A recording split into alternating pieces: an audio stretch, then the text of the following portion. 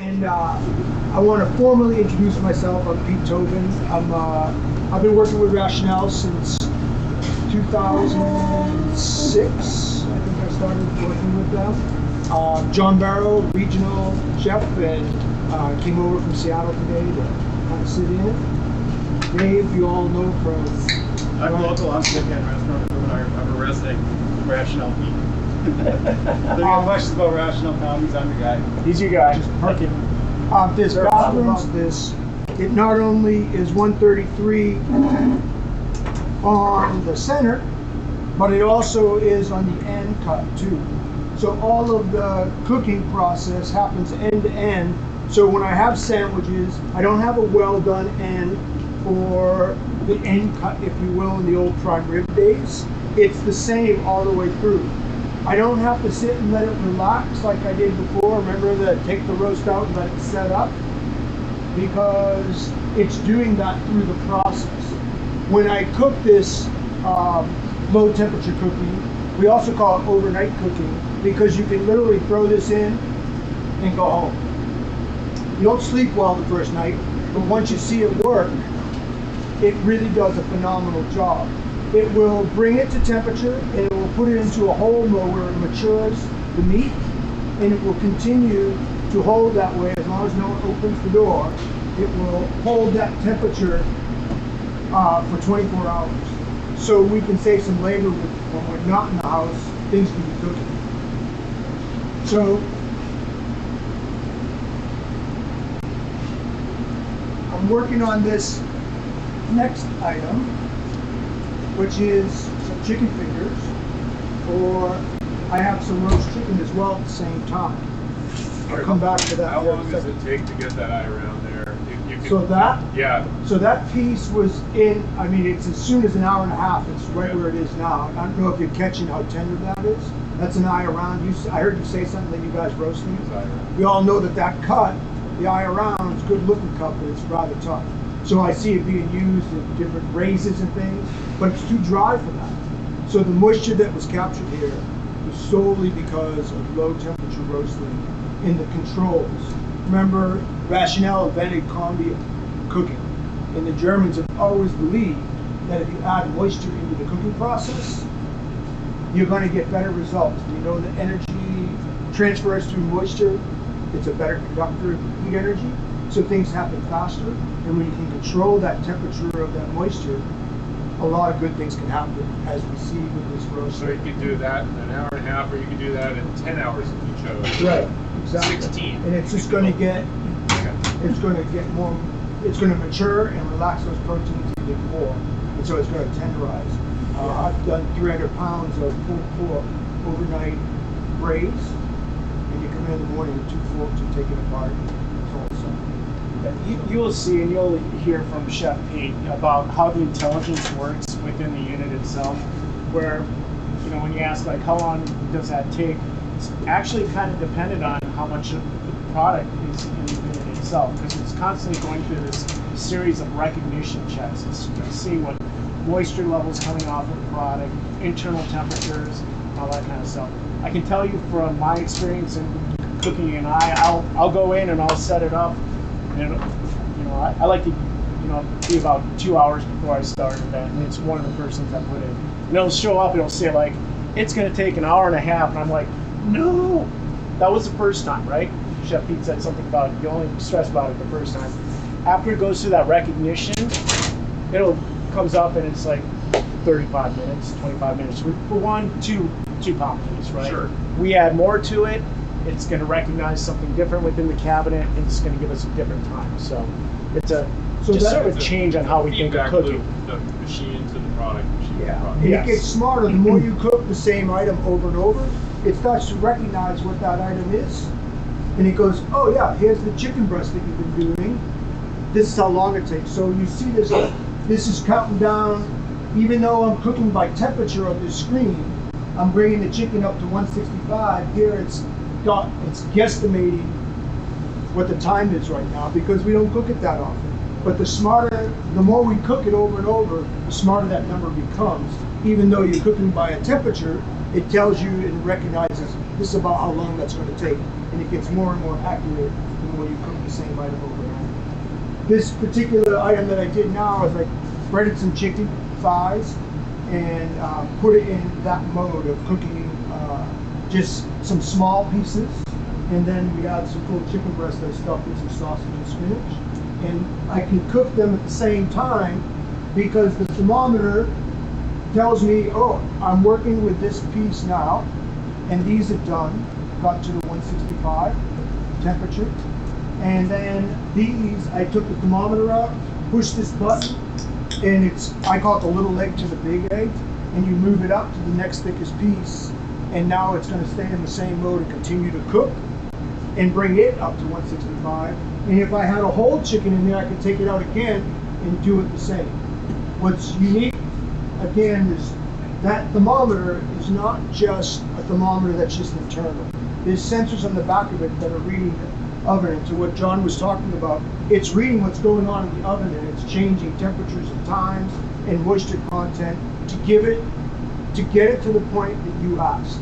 See, this type of cooking, when you start working with smart ovens, you tell it how it wants to come out, what you want the end result to be, and it gets it there. Whether you put one piece in or you put 300 pieces in, it's going to get to that ending you asked for. And then instead of just putting it in and waiting and guessing, it's going to take care of that for you. So I'm at 161. It'll pull up here in a second, and we'll get a look at two different kinds of chicken cooking at the same time, two different densities, and it can read that and figure that out for us. So that gives us ability in our kitchens to cook multiple pieces, multiple sizes of things. That could be a pork loin in there too. Just because it's on poultry doesn't mean I can't cook pork there as well. So there's some things we can do in that setting that can really change that. Yeah. Your benefit with cooking with the intelligence of the iCombi Pro is that it really takes away some of those mundane steps that we see in the kitchens, right? We could be working at a station over here, but if we have to constantly go back over here, probe it, now we're not right, jack up the temperature 25 degrees, go back over here, do stuff, we get pulled away for food delivery here, customer over here, come back, oh, we're a little over now. So we just lost some of that consistency. But with the iCombi Pro and the built-in intelligence of the iCooking suite, it actually takes care of those steps for you. And if that thing goes off and it's beeping and somebody is walking by it, there's no excuse for them to not pull that product out of there or at least get it addressed to stop that cooking process. So when it was cooking and as it was cooking, I don't know if anyone saw the lights blinking. So when something's done cooking or the oven's preheated, there can be buzzers, there can be lights blinking, depending on what works in your kitchen. Like here, having buzzers go off when people are shopping isn't very good for the business, so we shut that down and we have a light display that's blinking on and off. And sometimes that visual is excellent in the kitchen. I've been more and more starting to, not just starting, but looking into how do we keep our crews in the restaurant business. That's not a problem, is it? It's keeping people working. You know, and sometimes little things make big differences. Like an annoying buzzer in a kitchen that we all have to live with. And we say, oh, that's just gotta be. And so cooks are great at that, but it gnaws away. And pretty soon that negative creates other negatives. So why don't we start working on our environment? And that's one area that could work. Maybe it's a different sound, maybe it's a lighter sound, maybe it's just the light that can make a difference of still getting the job done, but making it a little more pleasant to be in the environment. I'm gonna switch this over and get it preheated in the next thing, and then we'll cut up some chicken.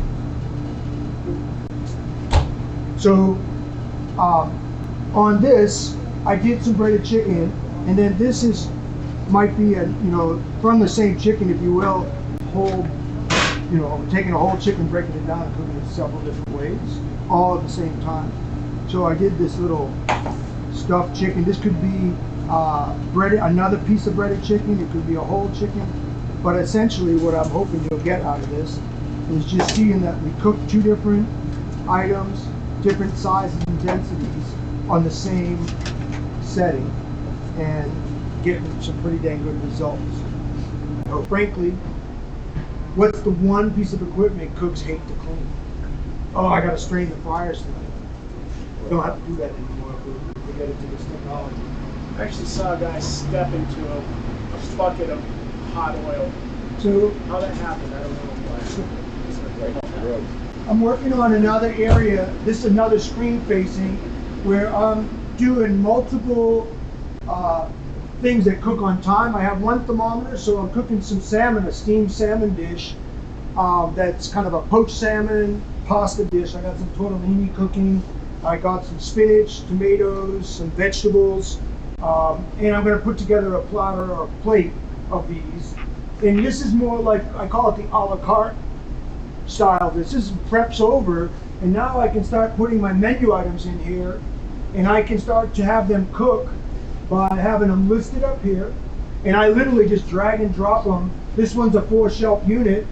If you have a 6-shelf unit, there's 6 shelves available, 10, 20. And I can start to use these in an a la carte station. So I'm steaming some salmon, I got some veg going. As I just do different pieces, I can just keep loading them in. I just simply just drag them down to a shelf number. There's 3, and they start to click down on time. So I've learned how long does it take. Back to the technology where I said we cook by temperature. I have one thermometer so I can use that for the salmon. But pretty soon I'm going to know that salmon takes 5 minutes. And I can move it just to a timer and not even use a thermometer any longer. So I can start to do things like, oh, I have an order of salmon, a steamed poached salmon on my brunch. I can start to fire out salmon, and then more orders come in, I can fire out some more salmon. When I open the door and start loading up new things and drag them down, it senses, oh, the door's open. You said salmon takes 5 minutes. So it's going to go, okay, you're loading, stop talking, get things cooking. And it's going to add time because I open the door and it's going to recover. And it's going to add a little time to it so that that item comes out the way you worked on it. This is really when you get down to like exercising your menu, your seasonal menu, and then programming it into the machine. And now it is fully your machine. Like it fits your menu and exactly what you want and how you want to prepare your food with your, in your restaurant. So I find that this style of working is what would happen when you're open. I think of it as this was all our prep work things, the things that we would do earlier in the day, but now it's all prepped. And now I want to cook a la carte. Like when an order comes in, I want to fire it off. We're doing just one plate here, so we got loaded with things that we can make kind of plattery. But this fits like if I'm doing, I try to show school feeding that they don't have to stick everything in a warmer box anymore. If you have something like this, they can be cooking large volume and stagger the cooking process now. If you have a larger oven, you can do a lot more food and you can do it a la carte. You know how long it takes when something's cooking? When a server walks in and goes, hey, how long in that salmon? What's the cook answer? 2 minutes, right? You don't know if it's 2 minutes, 30 seconds, 5 minutes, but 2 minutes gets them to keep walking and you can keep doing what you're doing. But now I can look and say, oh no, it's got 50 seconds left, like legit. And so pretty soon your server's gonna come in and go, I'm not asking anymore, it's just gonna be right there. So it can kind of show them this is what it's going to be and how you'll get them done. So this is now moved into a whole nother cooking process where they control the steam, the temperature of the steam. So if it's poaching correctly, it's not going to, you ever see salmon when it cooks, there's a blink and says something's done. So it says, oh, take out your wilted spinach.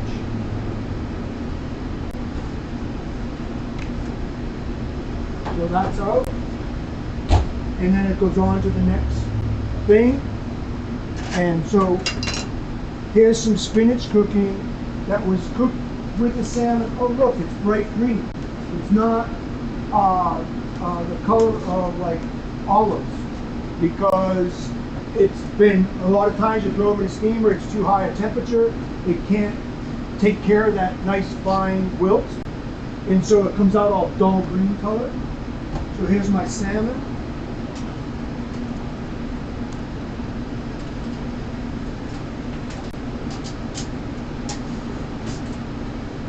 I want to show you something with that as I get it going. This and this. We'll add this with the pasta. I do them different every time because I can't. It's not a boiler that does one boiler and it just keeps pushing the steam up. That's when you open the steamer up and it smells like old broccoli. You don't get that here because it refreshes itself.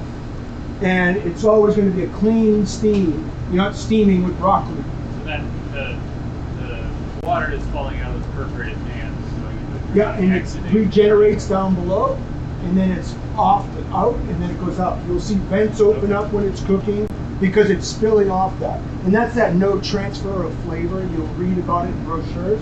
Doesn't transfer that salmon flavor to the broccoli, and you're going to try that here.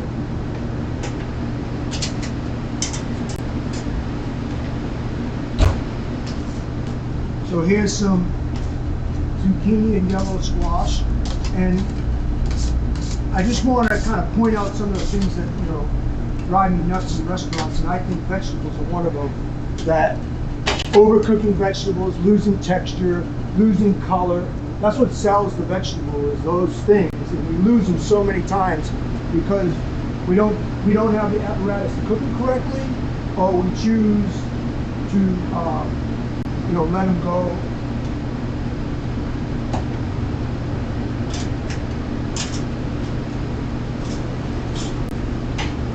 So here's some steamed pasta. So we'll let that preheat.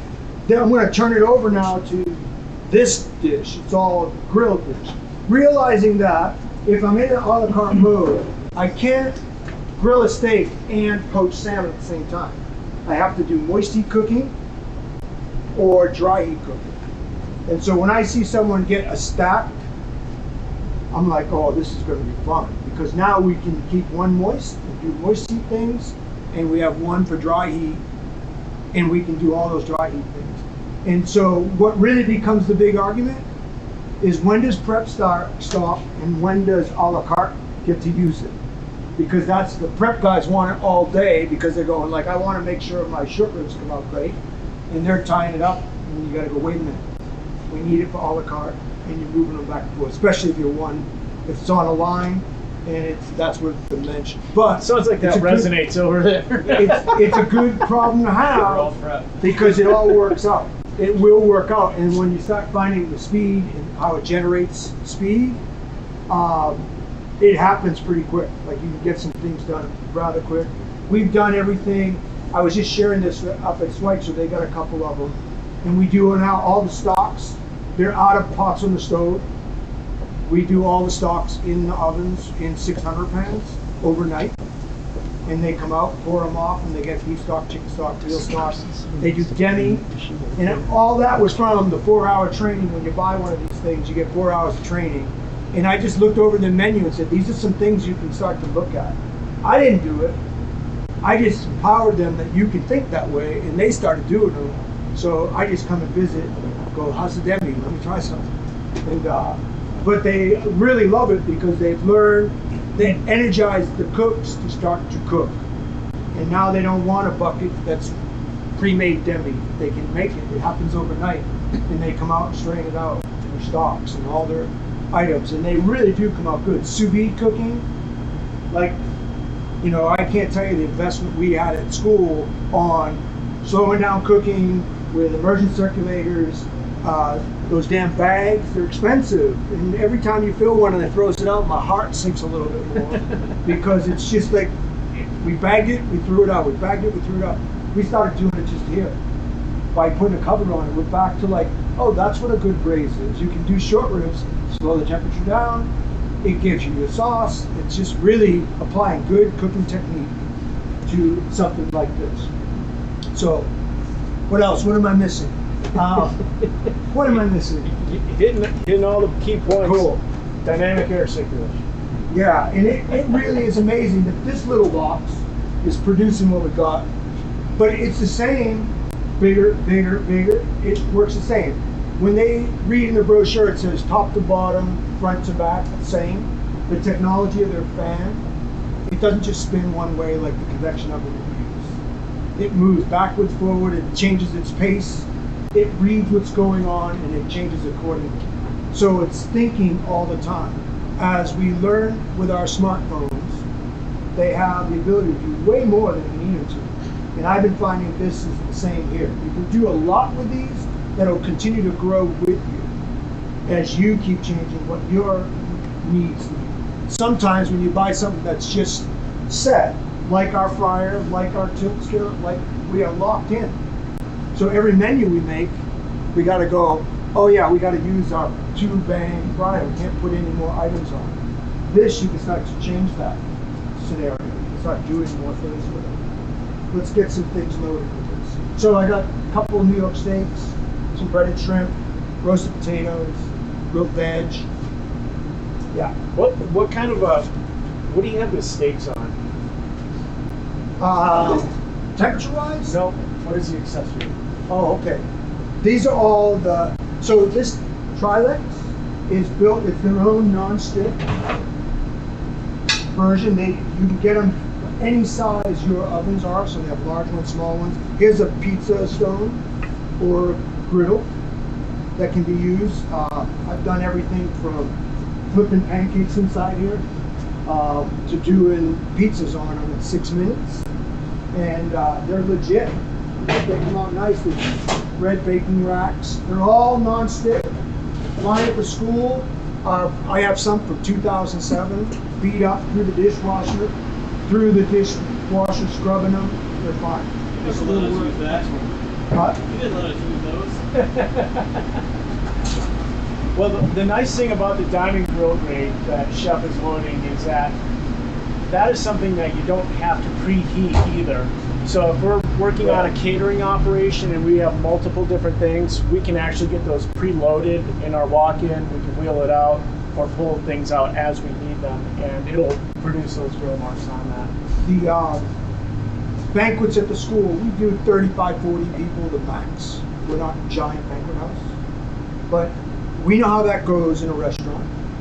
Morning come in, share the chicken breast off of the rotary or the steaks, and then put them on a sheet pan, and then get salads ready, get the items ready for the menu, and then when they come in, the heart attack starts. Like trying to make it all come out the same. So what happens is we're all in that mode of like, okay, they're eating salads, should we fry the steaks? I don't know. I had it down to how long the steaks took to get to 133. I found my best temperature, kind of the doneness here, was great for banquets because it didn't kind of cross over from medium rare almost to medium, and I got more satisfaction for people that way. But I'd wait for the first salad to go out, and as soon as the server started walking, fire the steaks. So I did not have steaks sitting at the steam table ever. They would walk up and we'd serve them right off there. In fact, they didn't even go into on the steam table. They just went straight up. All the things that we pre-prepped, the rice or the potatoes or what we set that can hold the steam table ready to go. But I love the fact that those steaks came out grilled. And when they say they grills a steak, it's grilling. It truly is set up like a grill. The vent opens up, it dries the oven out so that it can do the job correctly. So I got some roasted, let's go with black, yeah. So I can drag down as I need to.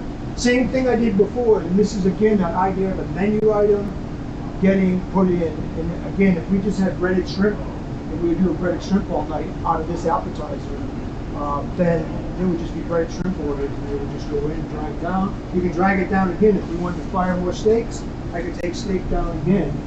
So there's 2 shells with steaks on it. And that's the idea of kind of working that out.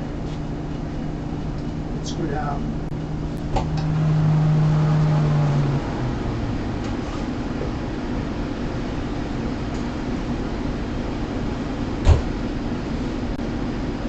As much as I'm intrigued with having this smaller oven, this XS, it's so much better when you get at least the 6-pan version of this.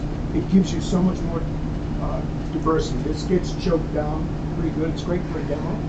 But I would hate to be doing that. If I was in a barista, I would love this. But if I was in a production, I think it would need to be more, I'd be more satisfied with 6 shelves or even 10. Like I said, the double stack, they're endless. You can be cooking beans down the bottom, or, you know, slow cooked beans, and you're working a la carte up top, and they're coming up perfect. Stacks saved our life in school. Now there's 5 at the school, 5 rationales at the school. Because everyone that starts using them starts going like, oh yeah, that was good. And now all of a sudden the other kitchen wants it. Or the baker was funny because he wouldn't have a thing to do with it. He was like, I got my stack ovens, I don't need that. And I kept coming in, I came in early, and I kept finding my oven was on. And I'm like, we didn't do anything overnight last night. And then I started to see, oh, wait a minute, he's cooking baguettes in the rationale. And so I just kind of let it happen. If I went to him and said, are you cooking baguettes? He would say, no, I don't want to use that oven. And then he wouldn't do it. So I just kind of let it happen. And I'd say stuff, wow, the baguettes are looking good, man. How you doing that? And then he came and told me, he said, I think I want to get one of those. And what he liked about it was the consistency.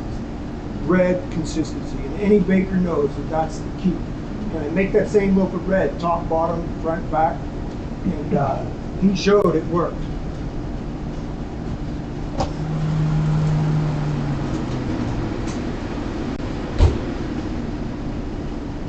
So I've got my full complement in. Some are 7 minutes, some are 5 minutes. My steak's going to be done, but I can let it rest. And that's kind of the beauty of these things, is that you can see, we'll take a look at them and I let them rest up and show what we can do with them. And you have no probes in there right now. I have a probe in the steak. Oh, you do? Okay. And if I was doing, again, what I'll show you in your restaurant, if you're doing the same size or the same a la carte item, I like it by time eventually, because that gives me more diversity. I'll have one thermometer. So I only can temp one thing in this mode. So I like learning that, oh, our steaks get this long. Like at Seahawks, when we had steak night, we would do a medium rare, a medium, a mid-well, a couple small ones where you'd move them up. Like the mediums are now medium wells because they waited too long. And we would just have a scheme, but we knew how long each one took, so we'd set this up. And we would fire them. We had 250 steaks for dinner. We'd fire them like 10 at a time. And so when they come up, they're getting a homemade steak. I mean, I loved when you would go out with a pan and the guy, we're empty, and you go, here you go. Because that's perfect. That's just coming off of a line. And we would try that endlessly, and it really worked out great. I mean, that was when in cold, so what Chef talked about going on a cold rack, which my old time chefs would have like probably thrown a pan at me. But we came out on a cold rack, so those can be in the walk-in tonight for tomorrow, or this morning for tonight. 40 steaks ready to go. And now we just fire them up, and that's what you get. And when you do that, we're in the little box, the large box, that can be 40, 50 steaks coming out like that while they're eating salad. So they're setting up. So you flip those once a week? Those steaks? What's that? Flip one time? Yeah, I didn't flip them.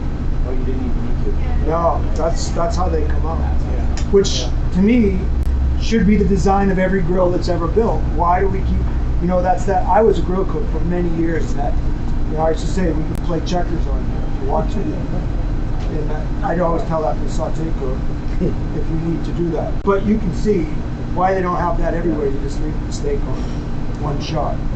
Yeah. Multiple benefits there. The energy efficiency components of it. Using heat as you need it. So instead of like, going in Shepherd broiler, I work broiler too, man. It's like we turn that thing on and we have, it's just pumping heat whole night. And then we got our hot to get that support. And then some. So with Connected Cooking, this is our online platform where you can actually sign up and you can do you can look recipes up, you can create recipes, you can manage your recipes, you can manage menus seasonally, You can control it from your phone if you wanted to. If I was hooked up, I could control the unit from my PC. So if I'm in a meeting, a finance meeting, or maybe I'm working on a demo for a new customer, right? You got someone coming in, and we're like, you can go out and see what's exactly going on in the back and seeing what's happening there. Roasting. Chef was talking about like overnight, like first time you were kind of freaked out a little bit. With connected cooking, if you have it on your phone or on your PC, all you have to do is just look. And it'll tell you exactly where it's at in the cooking process. It's beautiful. Not only that, you will get service notifications on it. You'll be hooked up to our service provider, so if something were to happen, they'll get the error message before probably you will get the error message. The other part of that, HACCP, food safety, extremely important. At any time you can download the HACCP data on here, and if we go into it, it'll tell us door openings, it'll tell us temperatures of when products were pulled. So if somebody were to come to us with some sort of an event, right, we can actually go back and double check all that stuff. We have certified paperwork that can go to the health department if need be. The other part of that, media library. We have videos for everything. So these update just like your phone does, and that connected cooking is the avenue. Once that's connected and this is connected, it just can automatically put in the settings. I want to have it automatically update. So when someone comes up with a good idea that makes it run more efficiently, or they come up with a bug fix, I found, like anything, when you first got your phone, there's bug fixes that go on. This had those when they started. Now I hardly get them. They update. I don't know where they are now, but I hardly see them anymore. So they've worked them out, and they're working fine. That's, everything that's programmed, that you program in your menu. So when you learn to program these, which is simple, once you get it, you can transfer it to another oven, to another place, by just downloading on a thumb drive and then uploading it to another. I don't know if you can do that through connected cooking now. From my oven, can I take my programs and move it to another one via Not Wi-Fi? You can't go from here to there yet. Okay. But the thing is that like you're usually pushing them from your PC anyway. Yeah. So yeah. they're So all energy. that all, we all know that technology, like what's happening next week's gonna happen more. And I'm first to tell you, I'm not like jumping all over technology, but I do like the fact that I can put my programs on a thumb drive and leave them in my office. If anything happens, I can upload. But more importantly, when I go to another operation, my second place, there's my programs. And I don't have to start all over again, but reinvent it, even from top to bottom. Although Dave just showed me how you can make, when you stack oven, you can make everything run out of one screen. So they don't make you bend over to get the bottom. Figured that out. And I'm like, what? So that is crazy. That's thinking to me. It's like, yeah, I can just work up top, but I'm working on the bottom of it. Everything's cold, and we start plating. So 300, 400, 500, 1,000 people. I watched that in Vegas. 1,000 banquet, all on plates, all done. So they do them early in the week when they have labor, and then on the weekends when everyone started to get to overtime, they go, we don't need that many people, because all these do is go into a setting. This one we're doing one plate, but I'll even tell you how that can work for a restaurant. But this could be a rolling rack with how many plates fit on those racks? Do you remember? 36. It's like 180. 180. So roll in. 8 minutes. They come out. There's a blanket that goes over them that's on top of the rack. It slides out with it, and then you just drape it, and they reel it to where it's going to be dished up. They have 20 minutes. It holds. All they're doing is taking the plate out, putting the sauce and garnish. So there they are, right there. So there's no more. The warmer becomes a thing of the past. If you get a banquet chef now and you start telling them, oh, I want a warmer, then you know that they're not thinking of technology that's in their hands these days. So this is happening more and more. This is about preheating. That cool down. So even in the fact, just throwing some water in there, because I was in a very hot oven cooking steaks, it said, oh, you want to be reheating now, so it's cooling itself, and it's using a little water to help that happen. All because it's doing what I said. I want to get it to here so that I can reheat some food. This could be a great thing for late night. If you're in a place that have people arriving late night, I know Schweitzer has this issue. Their kitchens close before their guests make it from Spokane to Schweitzer.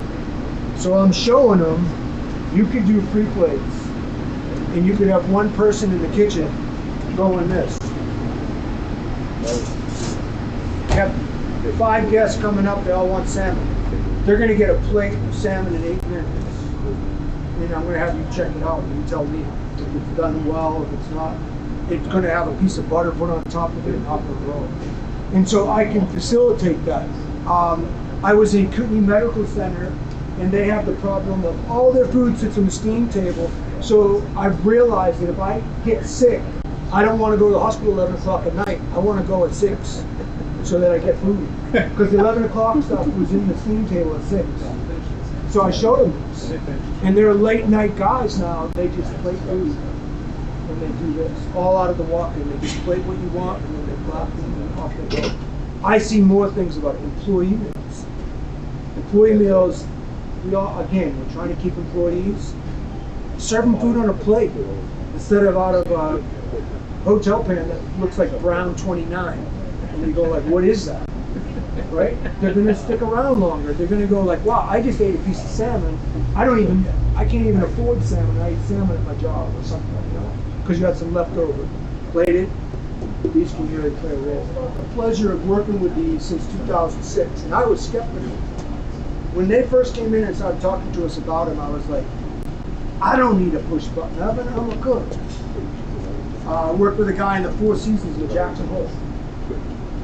I don't want to go to no demo. I went to the Culinary Institute, I know how to cook. And I said, I want you to come and watch, because we're going to talk about cooking. To program, to get, it makes a cook really get back to what they needed, what they were supposed to be learning at school. About like, when is the fish done? What temperature is fish done? When do you want to serve something that, so pretty soon, you start seeing cooks, they're doing this. See this right here? These are the pages that this goes through to cook. In every cooking that goes on, it has pages. And you see cooks over there looking at the pages going like, oh, 204 for 60% humidity. Oh, I'm gonna cook this. And pretty soon they're over in the other oven trying to duplicate that because they see how good it is. And so it makes a good cook a great cook if they just use it. And it's not push button cooking unless you want it to. And there's got to be someone staring the ship all the time. You got to stare at the ship. If you want your cooks just to push 4 buttons, you got to make those 4 buttons rock solid. You can't blame it on the cooking. You can't say, oh, you didn't pan sear it correctly. Your pan's too hot. You can't do that anymore. You progressed it. So you can really get to a point where you dial it in, and then your low-level cooks can do that. But I see it the other way around. I want to make my cooks better cooks. And I want them running the programs down the road so that I don't have to. And then they are getting more energized to be in this industry. So that's my soapbox about that. It doesn't replace the knowledge base that you have with your team. It really is a tool about systems and maximizing efficiency and really kind of, it provides a lot of inspiration. And when you talk about inspiration, there's a lot of different avenues, and the connected cooking is like the first piece. But when you talk about like after sales support, right? What else is out there? Well, first thing I can tell you is if you ever wanted to take a finishing class, we're now offering 2 of them per year. So like if this is something that you're very genuinely interested in and wanted to be a part of your business, we get you signed up for that class. You go to Chicago for a couple of days, and it's pretty immersive, and you're doing cooking and whatnot. So it's pretty sweet there.